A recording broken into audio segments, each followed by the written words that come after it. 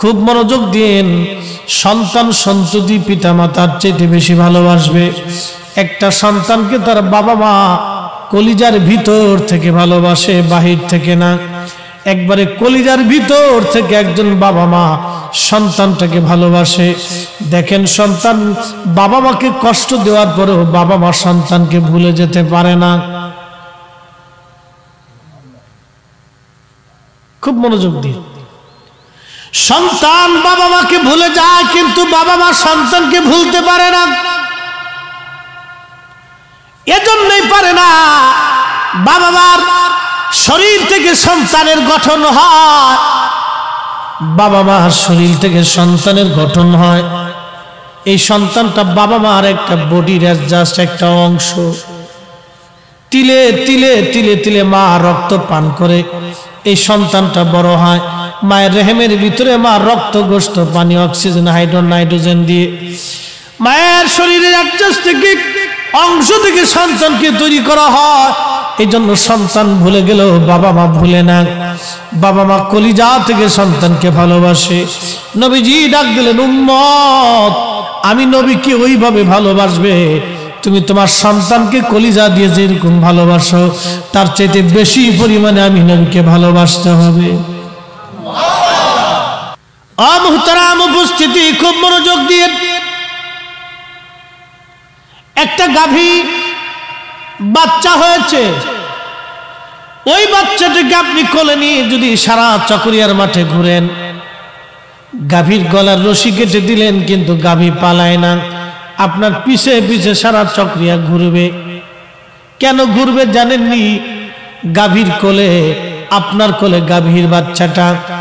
একটা গাভীর কলিজার ভিতরে আল্লাহ সন্তান বাচ্চার প্রতি কতটা দরদ দিয়ে দিলে ওই গাভীটা আপনার পিছে পিছে দৌড়ায় চলে যায়।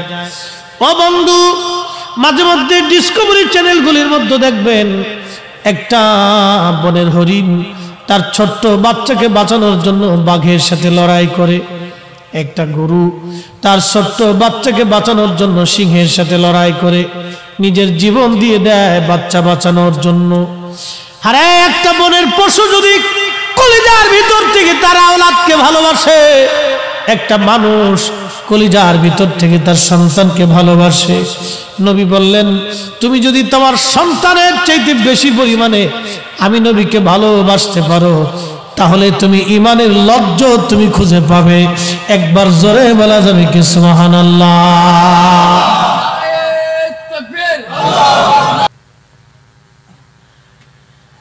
আল্লাহর হাবিব দেখে বললেন, তোমার পিতা মাতার চাইতে বেশি পরিমাণে ভালোবাসতে হবে। পৃথিবীতে দুইজন ব্যক্তির জন্য মানুষ জীবন দিয়ে দিতে পারে, একটা আওলাদের জন্য আর একটা বাবা মার জন্য।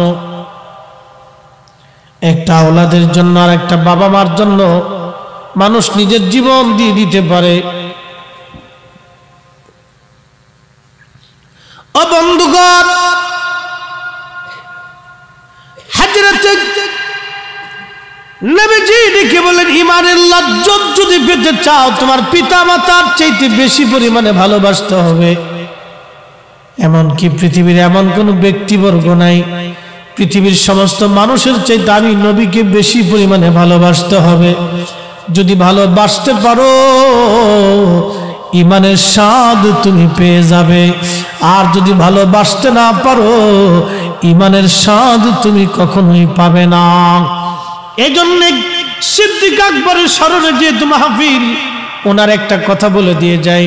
আল্লাহর নবী একদিন বলতেছিলেন, সাহাবীরারে, আমার কাছে তিনটা জিনিস প্রিয়। এক নম্বরে নামাজ, দুই নম্বরে আমার বিবিগণ, তিন নম্বরে সুগন্ধি। এক নম্বরে নামাজ আমি নবীর কাছে প্রিয়, সালাত আমি নবীর কাছে প্রিয়, নামাজ আমি নবীর কাছে প্রিয়। সারা রজনী জেগে জেগে নবী নামাজ পড়তেন।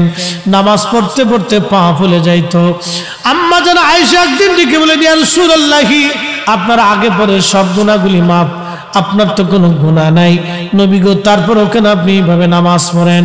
আল্লাহর নবী ডাক দিয়ে বলেন, আয়েশা রে, আমি কি আল্লাহর শুকরগুজার বান্দা হব না? আমি কি আল্লাহর কৃতজ্ঞ বান্দা হব না?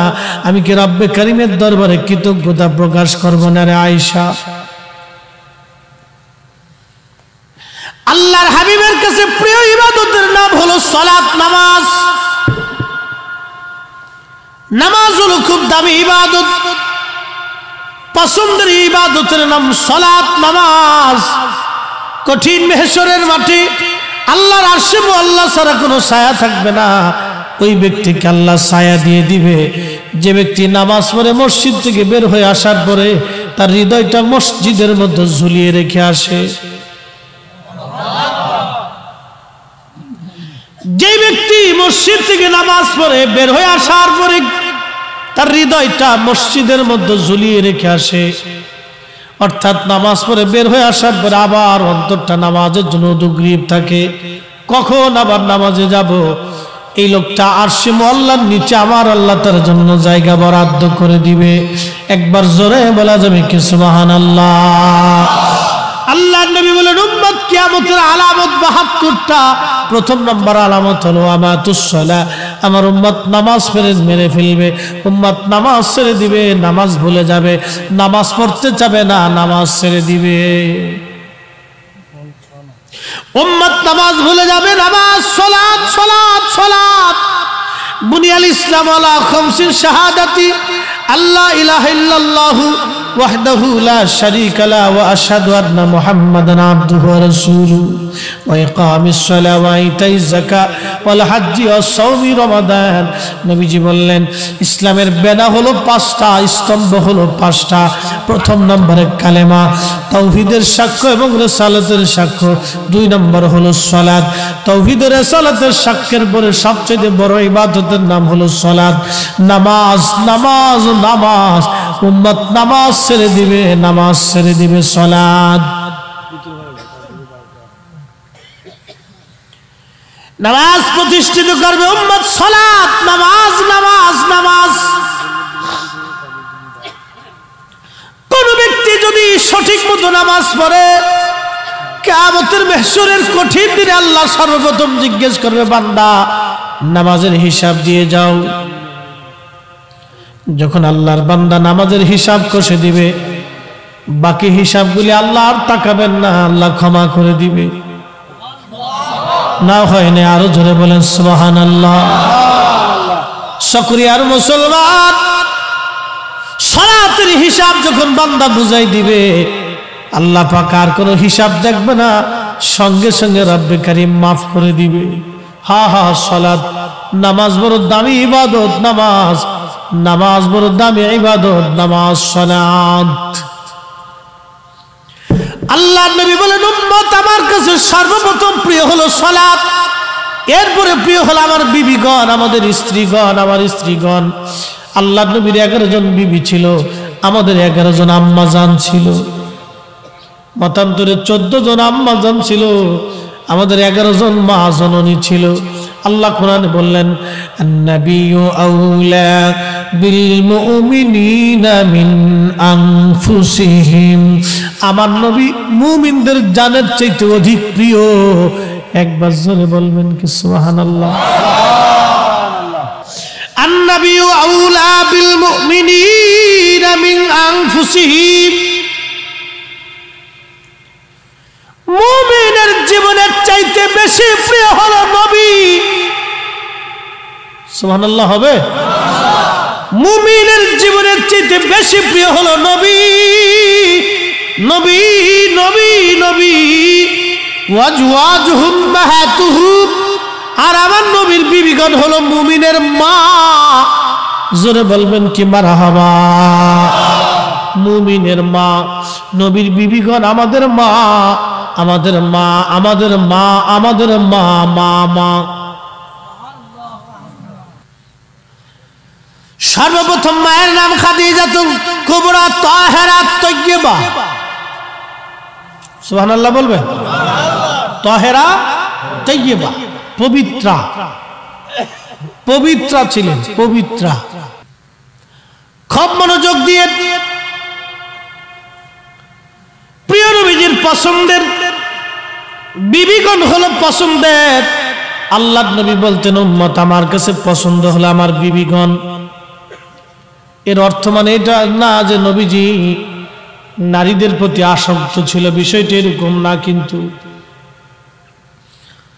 নাস্তিকেরা বলে নবী বহু নারীতে আসক্ত ছিল বিদায় বহু বিবাহ করেছেন।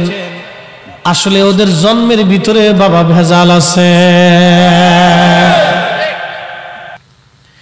ইমামুল আজম ডেকে বললেন এই ছেলেটা জারস।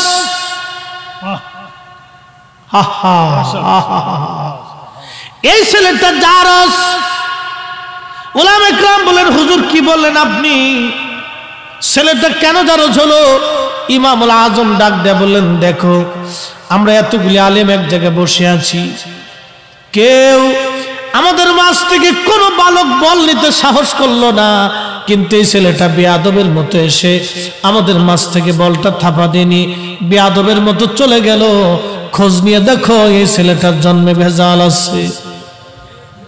হায় হায় হায়। উলামা ইকরাম খোঁজ নিয়ে দেখলো সত্যি এই ছেলেটা একটা পতিতার সন্তান, তার জন্মের ভিতরে ভেজাল।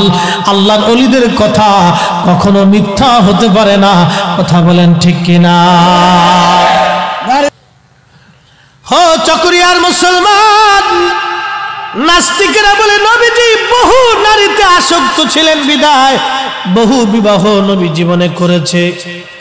না না না, আমার নবী বহু নারীতে আসক্ত ছিলেন না। আমার নবীর একজন বিবি ছিল, নাম হযরত আম্মা জান সাউদা রাদিয়াল্লাহু আনহা। তিনি একজন বৃদ্ধা নারী ছিলেন, একেবারে বয়স্ক নারী ছিলেন। আম্মা জান আয়েশার জন্য যেমন একটা রাত বরাদ্দ ছিল, আম্মা জান সাউদার জন্য নবী আর একটা রাত বরাদ্দ করতেন। একবার জোরে বলা যাবে কি মারহাবা? খলিফাতুল মুসলিমিন হযরত ওমর বাটাম চালান মারতেন, নগদের উপর বিচার করা হতো। হযরত ওমর নগদের উপর বিচার করে দিতেন। বন্ধ করে দাও ভাই, আমার কাছে অসুবিধা হলো। প্রিয় মুসলমানেরা খুব মনোযোগ দিয়েন। হযরত ওমরের কথা বলছিলাম, বাটাম চালান। সেনাবাহিনীর ভিতরে ভুল যদি একজনের হয় শাস্তি সবাইকে দেওয়া হয়। একটা কোম্পানির একজন লোকে যদি ভুল করে শাস্তি সবাইকে দেওয়া হয়। এজন্য শাস্তি দেওয়া হয় কারণ সেনাবাহিনীর ট্রেনিং তো খুব বড় মারাত্মক। যুদ্ধের ভিতরে একজনের যদি ভুল হয়ে যায় তাহলে পুরা ব্রিগেডটা মার খেয়ে যেতে পারে।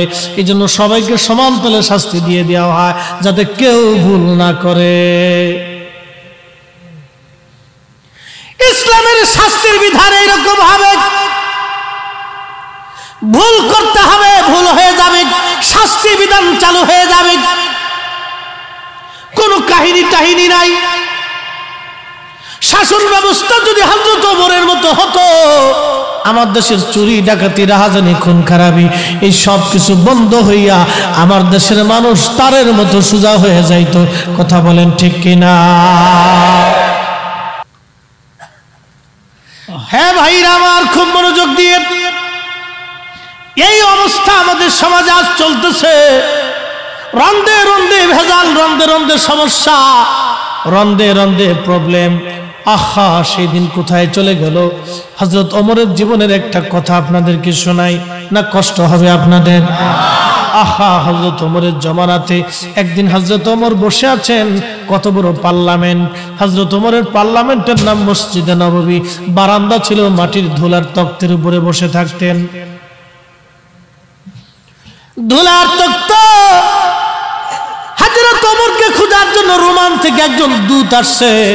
একদিন হযরত ওমর গাছের ছায়ার নিচে হাতের ডানার উপরে মাথা রেখে ঘুমাইতেছিলেন। রোম থেকে দূত আসছে খোঁজার জন্য। সে ভাবছে মুসলিমদের খেলাফতে বিরাট বড় মনে হয় বড় বড় বিল্ডিং হবে, আলিশান প্রাসাদ হবে। রোমের দূত এসে খুঁজে, তোমাদের বাদশার খলিফার প্রাসাদ কোন দিকে? মুসলমানরা হাসে আর কয় না, আমাদের বাদশার কোনো প্রাসাদ নাই। একবার জোরে জোরে বলা যাবে কি মারহাবা? এই জন্য আল্লাহ নবী বলতেন, ফালাইকুম বিসুন্নতি, তোমরা আমার আদর্শ মানবে, আমার পরে আরেকটা আদর্শ দুনিয়ার মধ্যে তোমরা মেনে চলবে। ওয়া সুন্নাতিল খুলাফায়ে রাশিদিনাল মাহদিন, আমার খুলাফায়ে রাশিদিনের আদর্শ তোমরা মেনে চলবে। একবার জোরে বলা যাবে কি মারহাবা? প্রিয় মুহতারাম উপস্থিতি, খুব মনোযোগ। এই ইউরোপের মানুষগুলি বিয়ে হওয়ার আগেই বাচ্চা হয়ে যায়।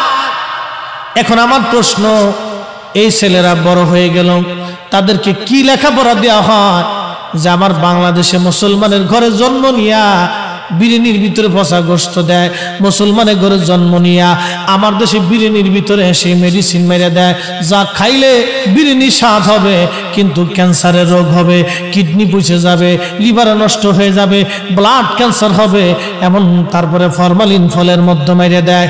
আমার দেশের মুসলমানের ঘরে জন্ম নিয়ে মালে কম দেয়, কিন্তু ইউরোপে জন্ম হয়ে গেল আগে, বিয়ে হওয়ার আগে জন্ম হয়ে গেল, বাপের কোনো ঠিকানা নাই, পিতৃ পরিচয় নাই, কিন্তু মালের মধ্যে ভেজাল দেয় না, খাবারে বিষ দেয় না, মালে কম দেয় না, মানুষ ঠকায় না। ওদেরকে কি শিখানো হলো আর আমরা কি শিখলাম এবার বলেন তো? প্রিয় মুসলমানেরা, আপনি জাপানে খুঁজে দেখেন, ছোট্ট একটা বাচ্চা জাপানে মিথ্যা কথা বলে না। যান খুঁজে দেখেন, ওরা বৌদ্ধ, কেউ আছে নাস্তিক, কোনো ধর্মই মানে না, আবার কেউ আছে অধিকাংশ বৌদ্ধ। যা দেখেন একটা বাচ্চা মিথ্যা বলবে না, বাচ্চা মানুষ ঠকাবে না, চুরি করবে না। কিন্তু আমার মুসলমানের ঘরে বাচ্চা জন্ম হয়ে গেল, কালেমা কোরআন আজান কালাম দেওয়ার পরও বাচ্চা চুরি করে, কারণটা কি? ছোট্ট কাল থেকে আমরা শিখাইতে ব্যর্থ হয়েছি। আরে রাসূলুল্লাহর আদর্শ আমাদের ভিতরে নাই। আজকে নবীর আদর্শ নিয়ে গেল খ্রিস্টানেরা, নবীর আদর্শ নিয়ে গেল ইউরোপিয়ানরা, নবীর আদর্শ নিয়ে গেল চাইনিজরা। বলে হুজুর কেমন বলতেছেন আপনি? হ্যাঁ, আল্লাহর নবী বলেন, উম্মত ঘরের মধ্যে একটা লাঠি রাখবা, তোমার সন্তানকে নামাজের জন্য পিটাবা। 10 বছর বয়স হয়ে গেলে যদি নামাজ না পড়ে তাহলে লাঠি দিয়ে পিটাবা, আর আদবের জন্য তোমার সন্তানকে লাঠি পিটা করবা। যদি আদবওয়ালা না হয় লাঠি পিটা করবা। খুব মনোযোগ দিয়ে হযরত ওমর রাদিয়াল্লাহু আনহু বসে আছেন।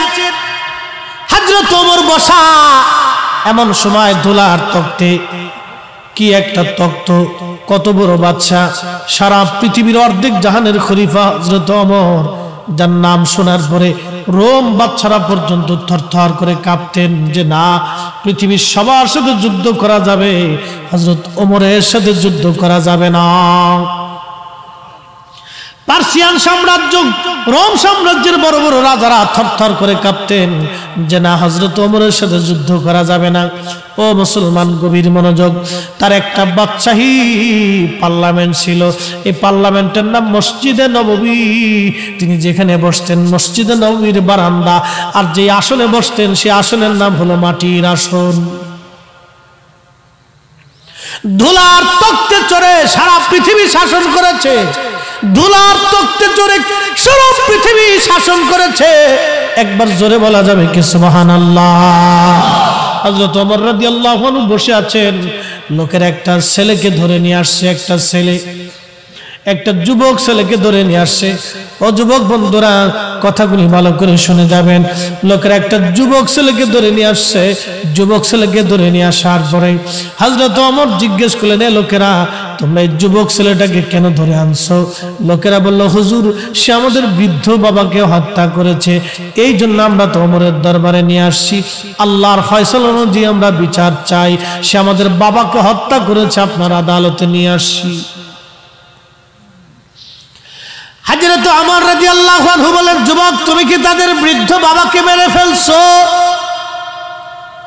ওই ছেলেটি বলল, হ্যাঁ খলিফাতুল মুসলিমিন, আমি তাদের বৃদ্ধ বাবাকে মেরে ফেলছি। কেন মারছো? বলে, হুজুর আমার একটা উট ছিল, উটের একটা বাচ্চা ছিল, এই বাচ্চাটা খুবই সুন্দর, আমি আমার উটের বাচ্চাটাকে খুব আদর করতাম।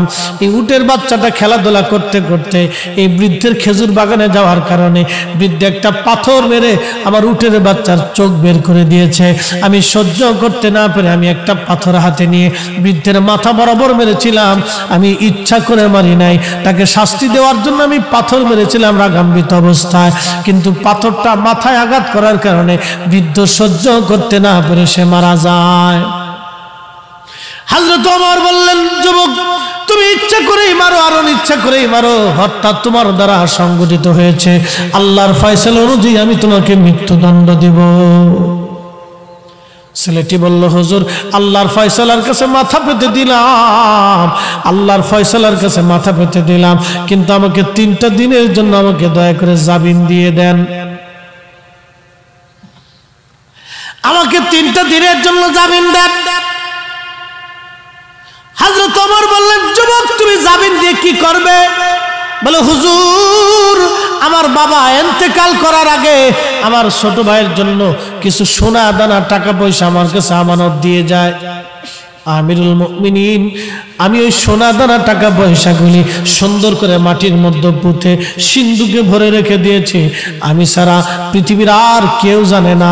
হুজুর আমি যদি আপনি আমাকে হত্যা করে ফেলেন, আমাকে যদি আল্লাহর শাস্তি অনুযায়ী মৃত্যুদণ্ড দেন, আমার ছোট ভাইয়ের আমানত নষ্ট হয়ে যাবে, আমার যাইতে 1 দিন লাগবে, আসতে 1 দিন লাগবে, মাঝখানে একটা দিন আমি আমার ছোট ভাইয়ের সব আমানত বুঝাই দিয়ে চলে আসব।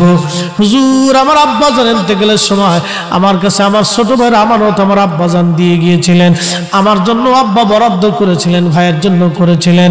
আপনি যদি আমাকে মৃত্যুদণ্ড দেন তাহলে আমার ভাইয়ের আমানত নষ্ট হয়ে যাবে, আমাকে আমানত বুঝাই দেওয়ার জন্য আমাকে একটু জামিন দিয়ে দেন।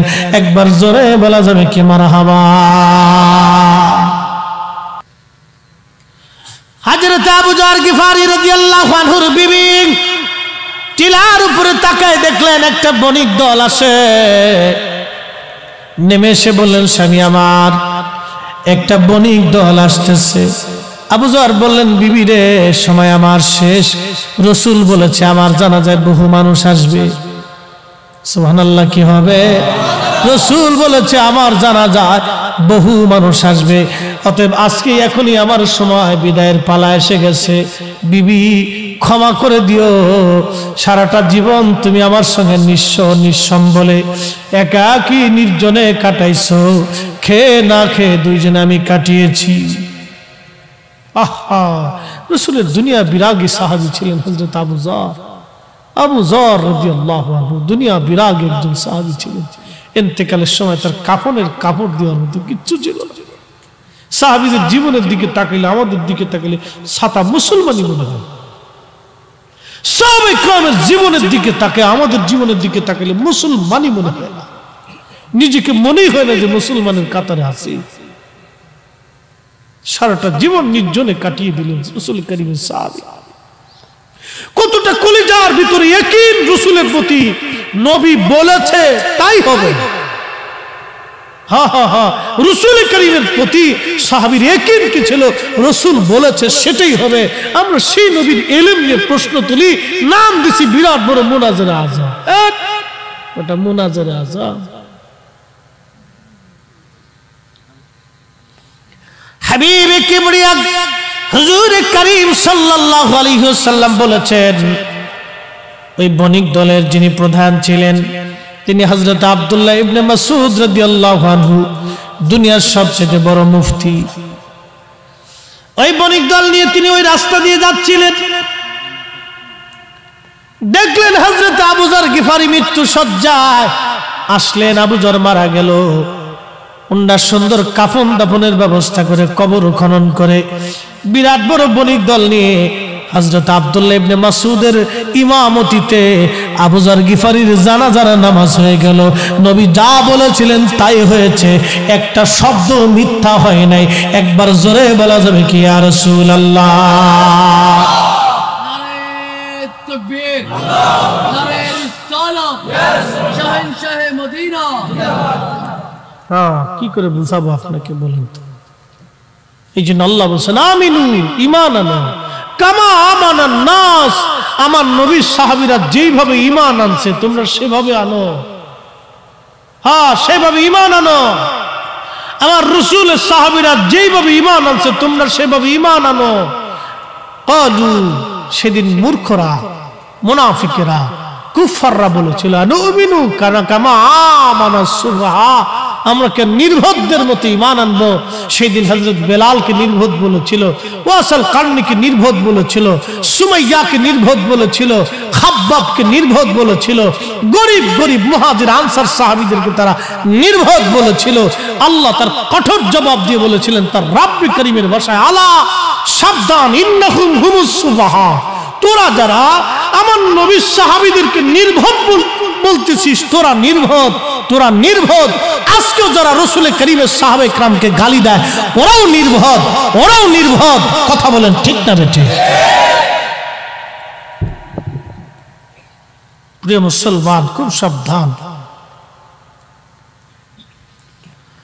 হ্যাঁ ভাইরা আমার, হযরত ওমর বললেন আবু যার বুঝবেন? বলে হ্যাঁ বুঝেছি।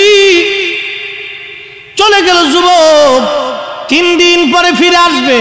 আসরের নামাজের পরে হযরত ওমর বসে আছেন, বাদীরা বসা। আসামি আসবে, আসবে কিনা, কে আসবে, কখন আসবে? আবু যর গিফারি আসামির কাঠগড়ায় দাঁড়ানো। হযরত ওমর বললেন আবু যর, তোমার আসামি কি ফিরে আসবে?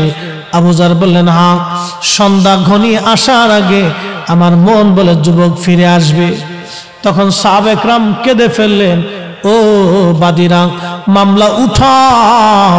হযরত ওমর এমন একজন বিচারক, চুল পরিমাণ ডান বাম হবে না তার বিচারে। পৃথিবী উল্টে যাবে কিন্তু ওমরের বিচার কখনো ভুল হবে না। পৃথিবী ধ্বংস হয়ে যাবে কিন্তু হযরত ওমর স্বজনপ্রীতি করবে না।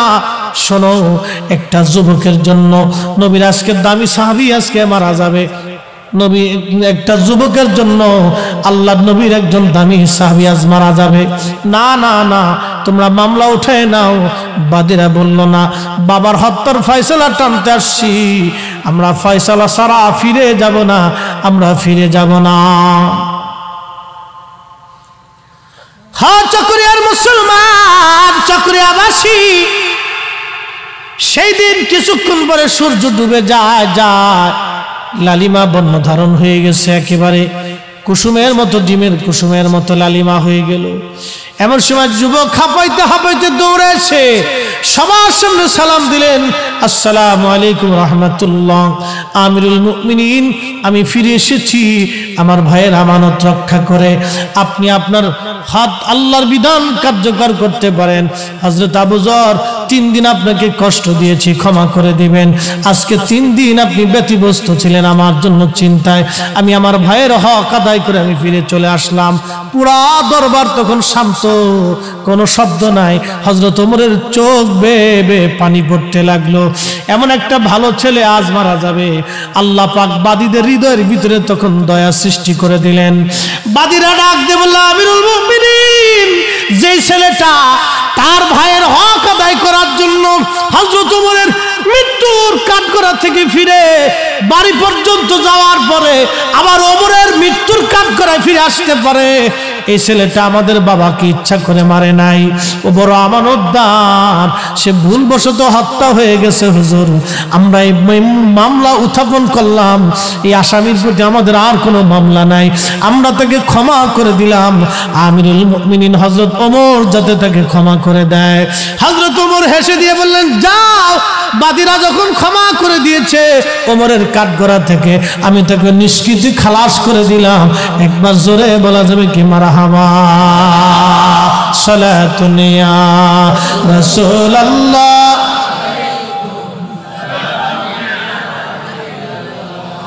সালাতুন ইয়া রাসূলুল্লাহ,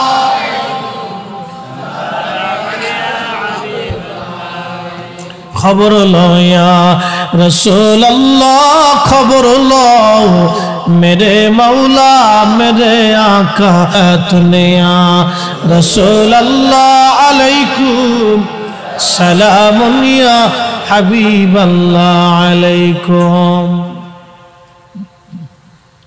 ও মুসলমান, এটা ছিল হযরত ওমরের আমলের মুসলমান, সেই দিনের মুসলমান। এই দিনের মুসলমান কেমন তার পিতা, কেমন তার সন্তান, যে ছোট ভাইয়ের আমানত সেদিন সে মারে নাই, ছোট ভাইয়ের হক সেই দিন মারে নাই। আমরাও মুসলমান, তারাও মুসলমান, আমরাও মুসলমান, তারাও মুসলমান, আমরাও মুসলমান, তারাও মুসলমান। আজকে আমাদের হলো কি, বড় ভাই ছোট ভাই মারামারি হয়, ঝগড়া হয়, কিলিকিলি হয়, গুতাগুতি হয়, মামলা হামলা হয়, কোর্ট আদালত হয়, জমি জমা নিয়ে ঝগড়া ফাসাদ হয়, অথচ 100 টাকা নিয়ে যাওয়ার সুযোগ নেই, 100 টাকা নিয়ে যাওয়ার সুযোগ নেই। যেমন যেমন খুন খারাপি হয়, মারামারি হয়, কাটাকাটি হয়। চকরিয়ার মুসলমান কাকে ওয়াজ শোনাবো? রন্দে রন্দে সমস্যা। আল্লাহ আল্লাহ, যারা ওয়াজ শুনে, যারা ওয়াজ শুনে না বাজান, যাদের ভিতরে ভেজাল আছে অধিকাংশই তারা ওয়াজ শুনে না, ওয়াজে তারা আসে না, ওয়াজে তারা বসে না। কি কথা বলেন, ঠিক না বেঠে? নেশাখোর, সোর বাটপার, সিটার বাটপার মাহফিলে আসে না। কি কথা কর? সিটার বাটপার এগুলি মাহফিলে আসেও না, বসেও না। তাহলে ওয়াজ শোনাবো কারে বলেন? এরকম 2-4টি সিটার বাটপার যদি এসে বসতো তাহলে এখানে বুঝাইছো যে আমরা একটু পথে আনতে পারতাম, ঠিক কিনা? সিটার বাটপার এগুলি আসে না। ওরা চিন্তা করে আমরা তো এমনি সিটে, ভালো জায়গা আমরা যাওয়ার দরকার নেই, এই জন্য আসে না। মনে কিছু নিয়েন না, কথা যাহা বলি সুস্পষ্ট বলার চেষ্টা করি, বাকি ঝুঁকি করে লাভ নেই। চকরিয়ার মুসলমান মাইকের আওয়াজ বহু দূরে যায়। এই এলাকার ভিতরে হাজার হাজার মুসলমান, সবাই কিন্তু আজকে আসলো না। সবাই যদি আসতো তাহলে অবশ্যই আজকে এখান থেকে কিছু নিয়ে তারা বাড়ি পর্যন্ত যেতে পারত। বাজান হোক, সেদিনের মুসলমান কি দামি মুসলমান ছিল। হযরত ওমরের কথা বললাম, একটা ছোট্ট ঘটনা থেকে আপনাদেরকে বুঝাইলাম সেদিনের মুসলমান কত দামি মুসলমান ছিল। ও ভাইরা আমার, আল্লাহর নবী বলেন উম্মত আমার কাছে 3টা জিনিস প্রিয়। 1 নম্বরে নামাজ, 2 নম্বরে আমার বিবিগণ, 3 নম্বর সুগন্ধি। একবার জোরে কন্যা মারহাবা। 2 নম্বরে বিবিগণ। তাহলে স্ত্রীদের সঙ্গে কি আচরণ ভালো হবে না খারাপ হবে? কেমন ভালো হবে জানেননি? আল্লাহর নবী বলেন উম্মত তোমার স্ত্রীর সঙ্গে যদি তোমার ঝগড়া হয় তাহলে কথা বন্ধ করে দাও। তারপরে যদি না হয় তাহলে বিছানার সজ্জা আলাদা করে দাও। যদি তারপরেও তোমার স্ত্রী সোজা না হয় তাহলে মুরব্বীদেরকে ডেকে নিয়ে এসে একটা সমাধান করে ফেলাও। ধাপ 3টে, তারপর গায়ে হাত দেওয়া যাবে না। প্রথম নাম্বার, কথা বন্ধ করো।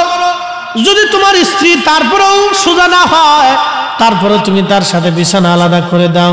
যদি তারপরে সোজা না হয় মুরব্বীদেরকে ডেকে ডুকে এনে ঝামেলা পাকা, অর্থাৎ ঝামেলা মীমাংসা করে দাও। তারপরেও ঝামেলা করবে না। যদি তারপরেও মারতে হয় এরপর একটা তুলার লাঠি বানাইয়া তোমার স্ত্রীর গায়ে ফিরাইবা। তুলার লাঠি আইসে তো দিলে একদিন তুলার লাঠিতে ফিটে দেখে কি মজা লাগে। বউ দেখুন গরু গোস্ত রাখতে খাওয়াই দিচ্ছে, যাক পাওয়া গেছে একটা তুলার লাঠি। আর ইসলাম কত সুন্দর জীবন ব্যবস্থা।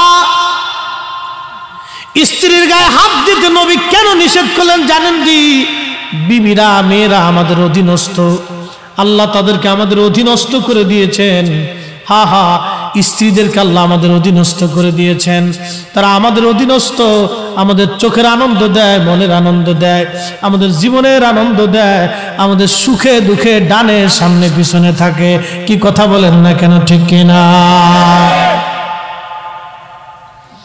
চোখের আনন্দ দেয়, মনের আনন্দ দেয়, আপনার ডানে বামে সামনে পিছনে সুখে দুঃখে সে আপনার পাশে থাকে।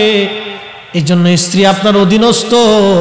অধীনস্থদেরকে আল্লাহর নবীজি মারতে অনুমতি দেয় নাই, ভালোবাসতে অনুমতি দিয়েছে। আর ইসলাম কত চমৎকার জীবন ব্যবস্থা, আল্লাহর নবীর সুন্নাত কত চমৎকার জীবন ব্যবস্থা। এই জন্য নবী উম্মতকে শিখাই দিয়ে বলেন উম্মত আমার কাছে সবচাইতে প্রিয় আমার বিবিগণ, যাতে উম্মতের কাছে স্ত্রীগণ প্রিয় থাকে। স্ত্রীর সাথে ঝগড়া ফাসাদ না করে, ঝামেলা না করে, উম্মত যাতে সুখে থাকে। 1450 বছর আগে নবী শিখাই দিয়ে গেলেন। হাই হাই, এই জন্য আমরা নবীর উম্মত। উম্মত শব্দের অর্থ হলো অনুসারী, অনুসারী, অনুসারী। কিন্তু দুঃখের বিষয় হলো আমরা অনুসারী হয়ে বুঝলাম না। আল্লাহর নবী বলেন সুগন্ধি আমার প্রিয়, উম্মতি বিড়ি টানে। কষ্ট নিয়েন না, কিন্তু চট্টগ্রামে এটা আইব ধরে না, চট্টগ্রামে এটা দোষ ধরে না।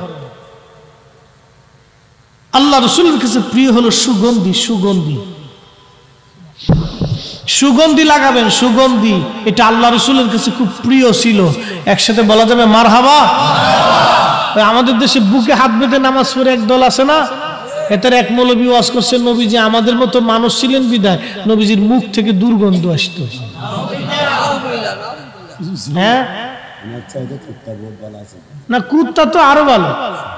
আমি বলতেছি আমাদের ওই দক্ষিণবঙ্গে এক হুজুর ওয়াজ করতো, আগার পাড়া হাসে দিলি কইলে দ্বারা, আগার পাড়া দেগার খাসি তোলালো তবু পাড়ার ভবো খাসলাত না গেল। তার মানে বুঝেন নাই, বুঝাই দিছি। পাড়া চিনছেন তো, যেটা তুলায় না, এটা কিন্তু গালি টানি না, কিন্তু এটা যতই সাবান আর শ্যাম্পু দেন ওর শরীর থেকে দুর্গন্ধ আসে। কি কথা ঠিক কিনা? ওর যতই শ্যাম্পু দিয়ে আপনি গোসল করান ওর শরীর থেকে দুর্গন্ধ আসবে। আর ওর যত তুলান বিসি ফেলাই দেন না কেন, ওই পাড়ার যে বিসি আছে এটা ফেলানোর পরে দেখবেন যে আগে যে এটা ভোবো খাসলা ছিল চরিত্র আসলে এরকম বদ চরিত্র, এই বদ চরিত্র নাম হলো ইফটিজিং। আমার দেশে এরকম কিছু পাড়া পোলাপন আছে, সুন্দর মেয়ে দেখলে খালি উত্তক্ত করে, কথা কোন না আসে না নি নাই? বাংলাদেশ সরকার এর জন্য একটা আইন পাস করছে, একবারে সুন্দর কাজ করছে, বাটাম চালান নগদের উপর। প্রধানমন্ত্রীকে ধন্যবাদ দিতে হয় কাজের জন্য। বাটাম চালান একবারে নগদের উপর। হ্যাঁ ঠিকই তো, বাটাম চালান না দিলে আপনার বোন, আপনার স্ত্রী, আপনার মেয়ে রাস্তা দিয়ে হাঁটবে, ও এসে ফিস চালান দিবে। এটা কি মগের মূল্যক দেশ নাকি? 30 লক্ষ মানুষের জীবনের বিনিময়ে এটা স্বাধীন হয়েছে, আমার মেয়ে রাস্তা দিয়ে স্বাধীন মতো চলতে পারবে না, তোর জন্য বাটাম চালান নগদের উপর মেরে দিতে হবে। কি কথা বলেন, ঠিক না বেটে? দেশের যত লুচ্চা আছে সব একবারে তারের মতো সোজা করে দিতে, হযরত ওমরের মতো কাহিনী চলবে। বাকি ঝুঁকি করলে সমস্যা, বাকি ঝুঁকি করলে সমস্যা। খুব মনোযোগ দিয়েন বাপ। এই যে পাড়া, ওর যে বদ চরিত্র ছিল, এই তুলানোর পরে ওর বদ চরিত্র যায় না।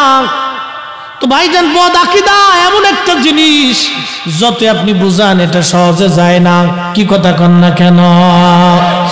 ওরা বলতেছে আল্লাহর নবীর পবিত্র জবান থেকে দুর্গন্ধ আসতো, অথচ চিন্তা করেন আল্লাহর নবীজির প্রস্রাব মোবারকের ভিতর থেকে মিশকের ঘিরান আসতো না। হয়েছে না? আরো জোরে। অথচ একই পানি আমিও পান করলাম, আপনিও করলেন। নবীজির শরীর মোবারকের ঘাম, ঘামের ভিতর থেকে মিশকের ঘিরান আসতো, অথচ আপনি বগলের নিচে একটু সকাল থেকে সন্ধ্যা পর্যন্ত গোসল হবে না। একাধারে 7 দিন পর্যন্ত যদি আপনি গোসল না করেন তাহলে পাড়া পর্যন্ত ফেল হয়ে যাবে। কথা কম জোরে কর।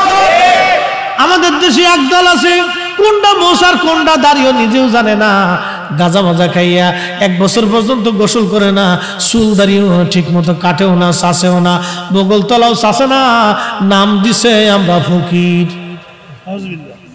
ওটা আজাজিল। কি কথা কন না? এটা কি নামাজ কালাম কিচ্ছু নেই, এটা আজাজিল, ওটা শয়তান।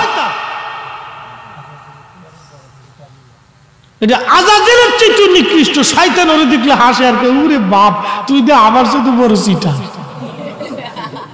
কি ভাব লইছিস রে তুই? দাড়ি বসে এক জায়গায় করে একবারে সামনে একটা পাটলে আপনার সামনে দে টাকা দে, আমি পাগল দে টাকা দে। ও পাগল, পাগল হলি ঠিক আছে নি কেন? টাকাটা চিনি, ওর ল্যাংটা করে ফিটানোর দরকার। তুই পাগল হইছ তো টেকা চিনিস কেমনে রে পাগল? আল্লাহর পাগল কে টেকার লেগে পাগল রে বেটা। দেশে কত সিটার বাট পারে যে ভরে গেছে ভাই, বইলে শেষ নেই। আহা, আল্লাহ পাক এই সমস্ত ফিতনা থেকে আমাদেরকে বাঁচাক বলে না আমিন। রন্দে রন্দে রন্দে রন্দে ফিতনা ভরে যাচ্ছে আজকে। আরে শরীরে সব জায়গায় ঘা হয়ে গেছে, মলম কয় জায়গা দিবে? সমস্ত শরীর অঙ্গে প্রত্যঙ্গে ঘা জায়গায় জায়গায় হয়ে গেছে, মলম কয় জায়গা দিবে? এই জন্য আপনাদের জন্য একটাই নির্দেশনা, আল্লাহ রাসূল বলেছেন উম্মত তোমরা কোরআনের পরে আমি নবীর সুন্নাহ মেনে চলবা। যদি মেনে চলো তাহলে তোমার জীবনে শান্তি, কোনো চিন্তা নাই। হ্যাঁ, নবীর সুন্নতকে এই জন্য দাঁত দিয়ে কামড় দিয়ে ধরে রাখতে হবে। সুবহানাল্লাহ বলা যাবে না? একবার দাঁত দিয়ে কামড় দিয়ে খুব শক্ত মতো ধরে রাখতে হবে, খুব মজবুতের সাথে ধরে রাখতে হবে, শক্ত মতো ধরে রাখতে হবে। আল্লাহ রাসূল বলেছেন, ফিতনা ফাসাদের জামানায় আমি রাসূলের একটা হারিয়ে যাওয়া সুন্নাহকে যদি আমল করতে পারো তো 100 শহীদের সওয়াব তোমার আমল নামে দিয়ে দেওয়া হবে। আস্তে কেন রে যুবক, জোরে বল না সুবহানাল্লাহ। চুল তো মেসির মতোই কাটে, নেইমারের মতো কাটে। ফুটবল খেলা নিয়ে এবছর কয়টা মরছে তার হিসেব নেই। একটা কারেন্টের খাম্বায় পতাকা উঠাবার যায়, শেষে কারেন্টকে ভাগ্নে যেহেতু আইসো আর মামা বাড়িতে যাওয়ার দরকার নেই, কারেন্টের ধরছে ধরে একবারে জাগার উপর শেষ। ও পতাকা উঠাবার যে ওখানে শেষ হয়ে গেছে।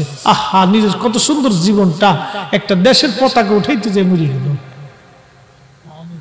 খেলা নিয়ে মারামারি করে 2 গ্রুপে মরে গেল। নিজের জীবন কত সুন্দর জীবনটা খেলা নিয়ে মারামারি করে মরে গেল। এই চট্টগ্রামে সেই ব্রাজিল একদিন জিতছে, মাহফিল করে আমি সেই আপনার কি বলে শহরে আরেকটা মাহফিল আসতেছি। ওই খেলার দিন কি আর পোলাপানে যা লাইতে পারি, ওরে বড় মিছিল দিছে, পোলাপান ল্যাংটোয় ফলাইতেছে, দি প্যান্ডারি খুলে হাফ প্যান্ট পরে মাথার উপর দেখলে ঘুরাইতেছে। আমার গাড়ির পিছনে একটা বোম ফুটাইছে। শেষে আমি তো দেখ, আমি হুজুর মানুষ, মাহফিলে যাবো, তোর একটু সাইড দি। আধা ঘন্টা করে সাইড দিছে। আমি কি তোর দল ঠকবো রে? বদদোয়া করছি, যা তোর দল ঠকবো। আমার আজকে সাইড দিলি না, আধা ঘন্টা পর্যন্ত কষ্ট দিলি রে, তোর দল ঠকবো, যা। যারা ব্রাজিল আছেন তারা মনে মনে খেপসা আমার উপর, হ্যাঁ হুজুর লেগে ঠিক আছে।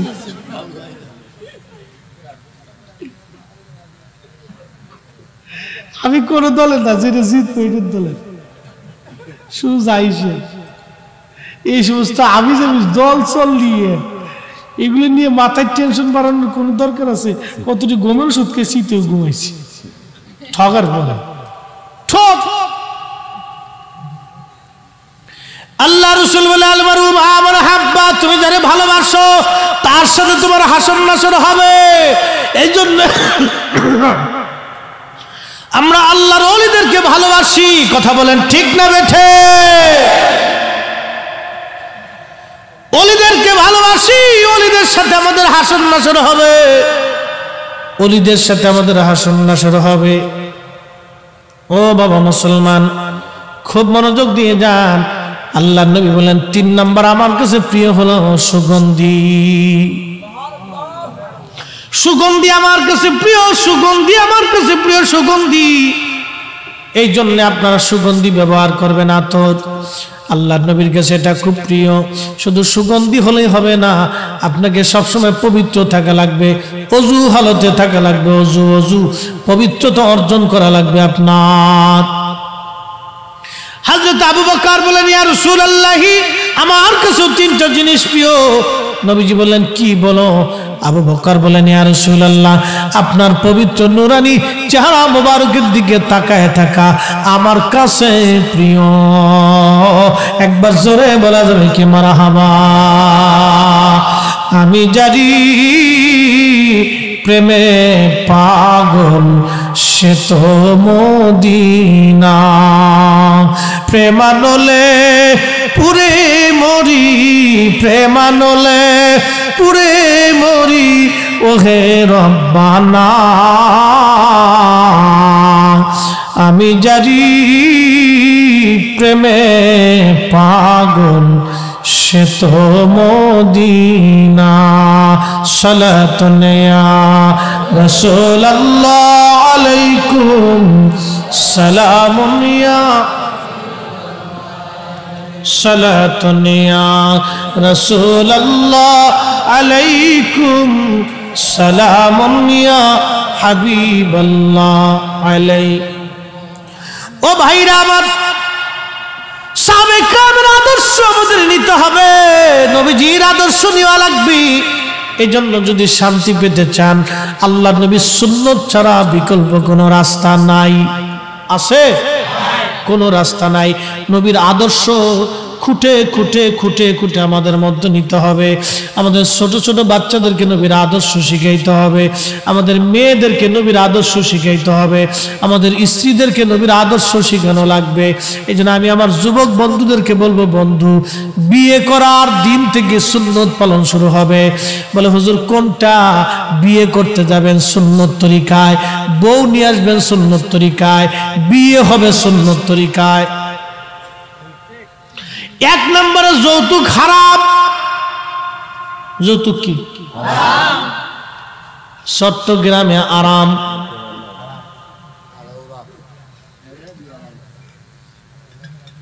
চট্টগ্রামে হালাল।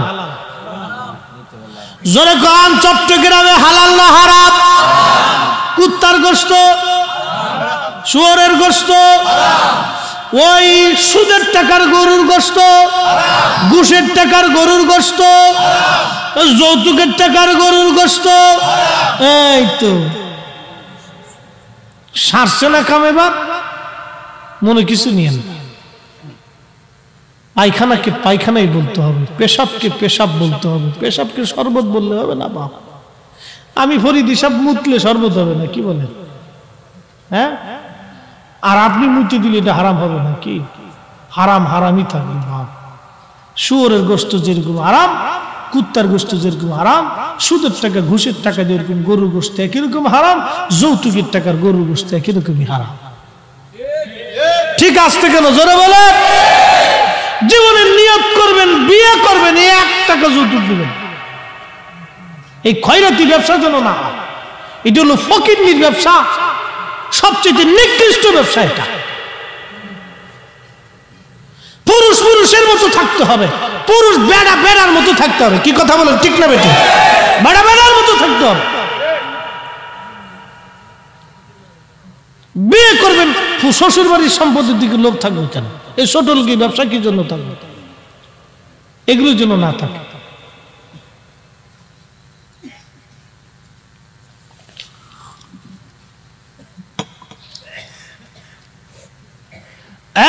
এইগুলি থাকবে না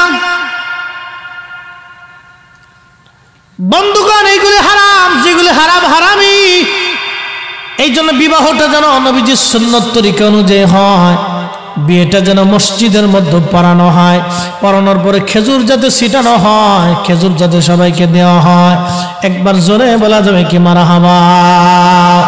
সাদাইয়া গুদাইয়া আর কত শুনুন লিপস্টিক মাখাইয়া একবারে আপনার বউডারে সুন্দর করে একবারে অর্ধ উলঙ্গ বানাইয়া একবারে মানুষের দেখাইতে দেখাইতে নিয়ে নারে তাকবীর, হয় না হয় না, আর জোরে নারে তাকবীর, নারে রিসালাত, আলে সুন্নাতুল জামাত, সভাপতি সাহেবের আগমন, হুজুর কেবলার আগমন, হাশিমি হুজুর কেবলার আগমন, নারে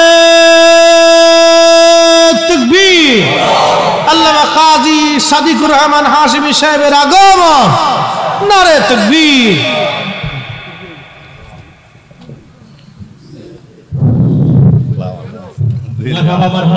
আপনি কেমন আছেন? আমাদের মাঝে উপস্থিত হয়েছেন আজকের মাহফিলের সম্মানিত সভাপতি, পীরে তরিকত, রাহনুমায়ে শরীয়ত, জানশিনা আমিনে মিল্লাত, খলিফায়ে দরবারে আলা হযরত হযরতুল হাজ আল্লামা শাহ সুফি কাজী সাদিকুর রহমান হাশিমি মদ্দাদিল্লাহুল আলী, সভাপতি আঞ্জুমান আশিকান মুস্তাফা সাল্লাল্লাহু আলাইহি ওয়াসাল্লাম বাংলাদেশ, শাহজাহানুসিন আলামিন হাশিমি দরবার শরীফ চট্টগ্রাম। আমি হুজুর কেবলাকে আজকের মাহফিলের সভাপতির আসন অলঙ্কৃত করার জন্য মাহফিল কমিটির পক্ষ থেকে বিনীতভাবে অনুরোধ করছি।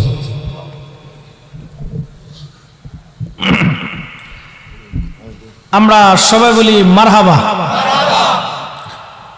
আজকের মুহতারাম সভাপতি হুজুর কেবলা উনি এসে গেছেন। আমি দীর্ঘায়িত করে আপনাদেরকে আর কষ্ট দেব না। এত সময় আপনাদেরকে প্রিয় রসুল করিম সুন্নাহের দিকে আপনাদেরকে ডেকেছি।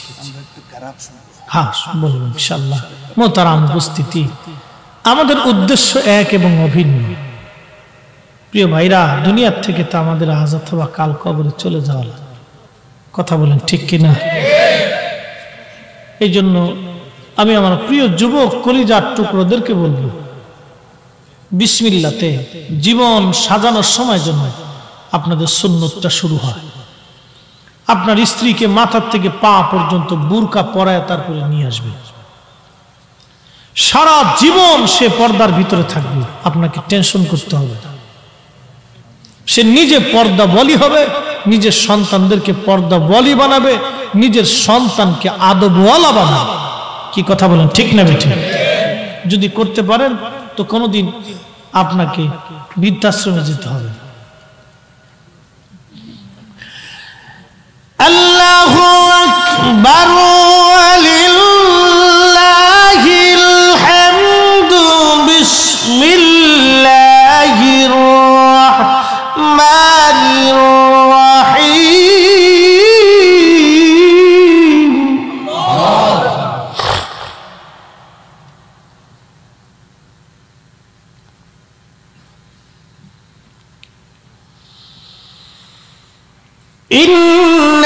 ইন্নাল্লাযীনা আমানু ওয়া আমিলুশ সালিহাতি উলাইকা হুম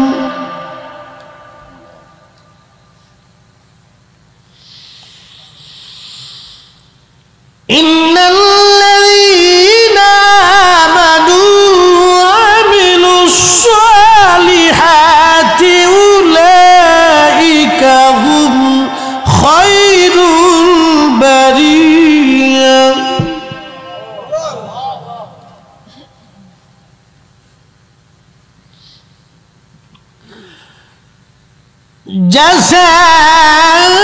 জাযাউহুম ইনদা রাব্বিহিম জান্নাতু আদনিন তাজরি মিন তাহতিহাল আনহার।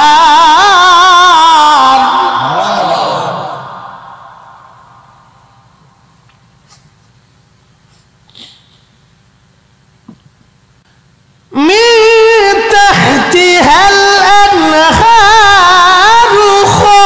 خالدين فيها أبدا.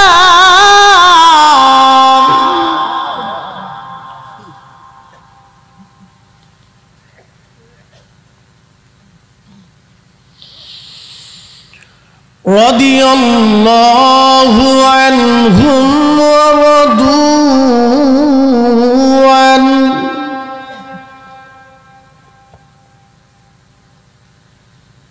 ذلك لمن خشي ربه.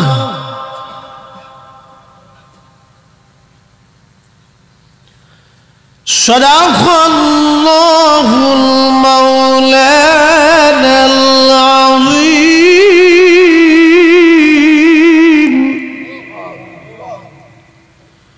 وصدق رسوله النبي الحبيب الكريم.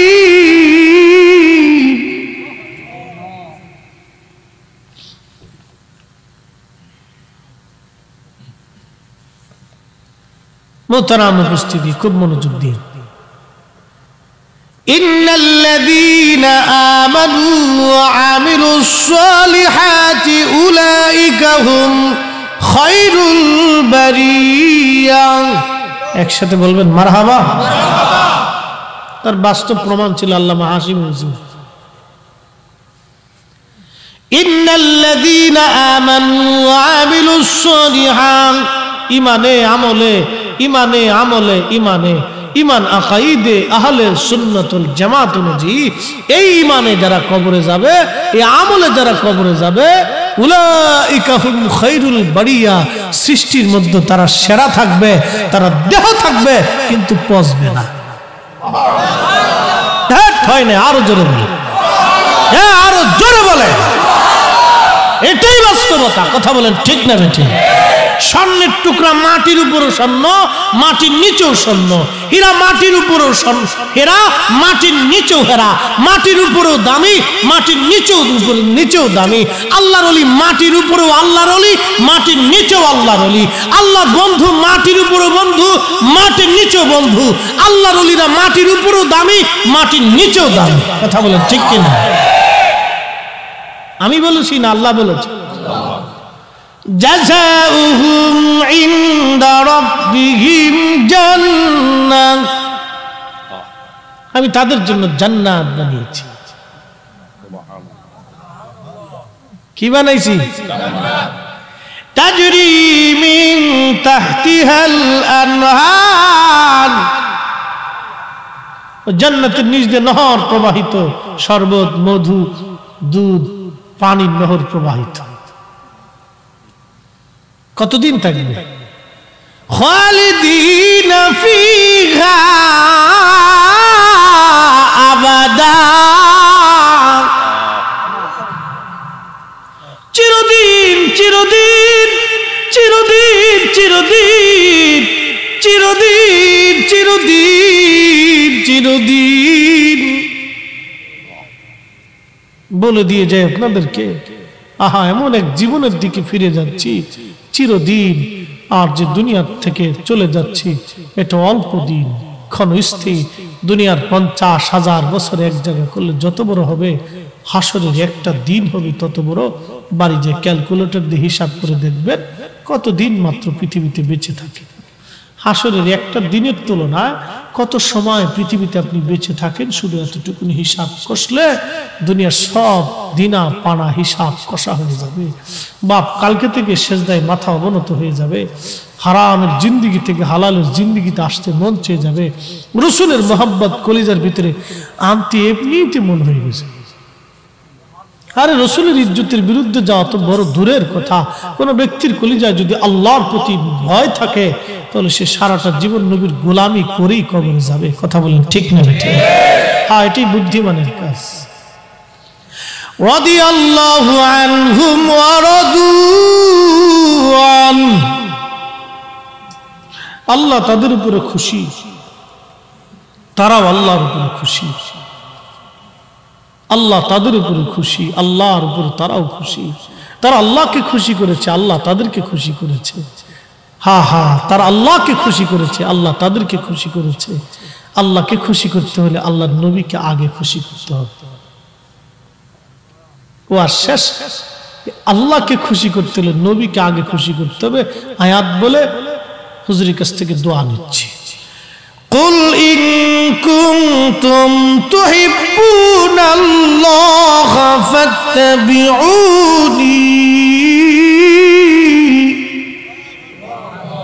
হাবিব আপনি বলে দেন, কেউ যদি আমি আল্লাহর সাথে ভালোবাসা করতে চায়, আপনি নবীর সাথে আগে ভালোবাসা করতে হবে। ইউহিব্বুকুমুল্লাহু ওয়া ইয়াগফির লাকুম যুনুবাকুম ওয়াল্লাহু গফুরুর রহিম।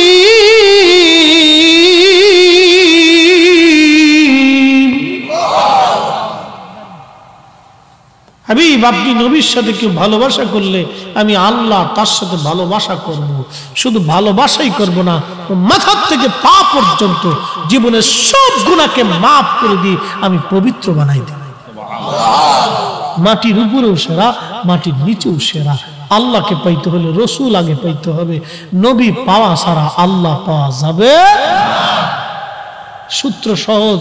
বাকি ঝুঁকি করে ফেসাই গুছাইয়া জিলাফির ফেস লাগে লাভ নাই। সূত্র একেবারে সহজ। আল্লাহ সহজ সূত্র দিয়ে দিছে। আমি আল্লাহকে পেতে হলে রসুল পেতে হবে, আমি আল্লাহর সাথে ভালোবাসা করতে হলে নবীর সাথে ভালোবাসা করতে হবে। এই জন্য সাহাবায়ে কেরামের দিল আর মন, ঈমান আর দৌলত, জীবনের জিন্দেগি, স্ত্রী আর পুত্র পরিজন, মাথা থেকে পা পর্যন্ত, হায়াত আর মউত সব রসুল রাসূলের কদমে তারা কুরবানি করেছিলেন। আবু বকর সিদ্দিক বলেন, ইয়া রাসূলুল্লাহ, আমার কাছে তিনটা জিনিস প্রিয়। এক নম্বরে আপনি নবীর চেহারা মোবারকের দিকে তাকিয়ে থাকা প্রিয়। দুই নম্বরে আমার কন্যা আয়েশাকে আপনার সাথে বিয়ে দিয়ে আপনার সাথে আত্মীয়তার সম্পর্ক করা প্রিয়। তিন নম্বরে আমার জীবনে যা কিছু আছে আপনি নবীর কদমে কুরবানি করা আমার কাছে প্রিয়।